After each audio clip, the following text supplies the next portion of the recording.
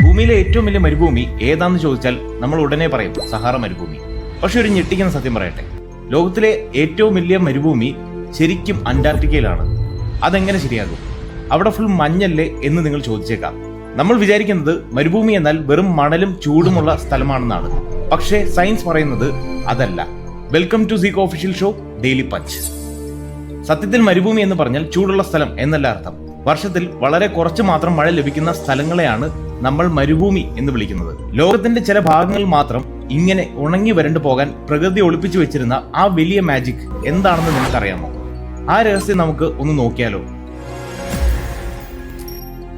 മരുഭൂമികൾ ഉണ്ടാകാൻ പ്രധാനമായും 3 കാരണങ്ങളാണ് ഉള്ളത്. ഒന്നാമത് ദ റെയിൻ ഷാഡോ എഫക്റ്റ്.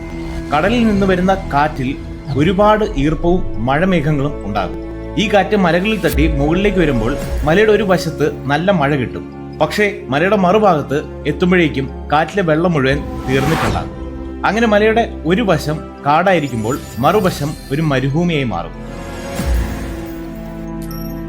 രണ്ടാമത്തെ കാരണം ഗ്ലോബൽ വിൻഡ് പാറ്റേൺസ്.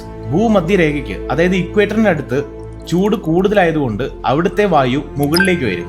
ഈ വായു ഏകദേശം 30 ഡിഗ്രി എത്തുമ്പോൾ താഴേക്ക് ഇറങ്ങും. ഈ വായു വളരെ ഉണങ്ങിയതാണ്. അതുകൊണ്ടാണ് ലോകത്തിലെ മിക്കവാറും വലിയ മരുഭൂമികളിലെല്ലാം ഈ ഒരു ഏരിയയിൽ കാണപ്പെടുന്നത്. പിന്നെ മൂന്നാമത്തെ കാരണം തണുത്ത കടൽ വെള്ളമാണ്. ചില തീരപ്രദേശങ്ങളിൽ കടൽ വെള്ളം തണുത്തതായിരിക്കുന്നതുകൊണ്ട് അവിടുത്തെ കാറ്റിൽ ഒട്ടും ഈർപ്പമുണ്ടാവില്ല. ഇത് ആ കരയെ ഒരു മരുഭൂമിയാക്കി മാറ്റും. ഇനി ഇവിടുത്തെ ഏറ്റവും വലിയ സർപ്രൈസ് കേട്ടുള്ളൂ. സഹാറ മരുഭൂമി എപ്പോഴും ഇങ്ങനെ ഒരു മണൽക്കാട് ആയിരുന്നില്ല. ഏകദേശം 6000 വർഷങ്ങൾക്ക് മുമ്പ് സഹാറ ഫുൾ പച്ചപ്പുള്ള കാടായിരുന്നു. അവിടെ വലിയ തടാകങ്ങളും ആനകളും സിംഹങ്ങളും ഒക്കെ ഉണ്ടായിരുന്നു. ഭൂമിയുടെ ഭ്രമണപഥത്തിൽ വന്ന ചെറിയ മാറ്റങ്ങൾ കാരണമാണ് ഈ പച്ചപ്പ് ഇന്നത്തെ മണൽക്കാടായി മാറിയത്. ഇനിയും ആയിരക്കണക്കിന് വർഷങ്ങൾ കഴിയുമ്പോൾ സഹാറ വീണ്ടും പച്ചപ്പുള്ള കാടായി മാറും എന്നാണ് സയന്റിസ്റ്റ് പറയുന്നത്. ആലോചിക്കുമ്പോൾ തന്നെ അത്ഭുതം തോന്നുന്നില്ലേ? പ്രകൃതി എന്നത് എപ്പോഴും മാറിക്കൊണ്ടിരിക്കുന്ന ഒന്നാണ്. ഇന്ന് നമ്മൾ കാണുന്ന പച്ചപ്പ് നാളെ ഇല്ലാതെയാകും.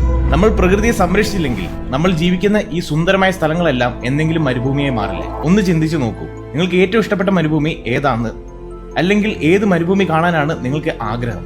താഴെ കമന്റ് ചെയ്യൂ. അപ്പോൾ നെക്സ്റ്റ് വീഡിയോയിൽ കാണാം മറ്റൊരു ടോപ്പിക്കുമായി.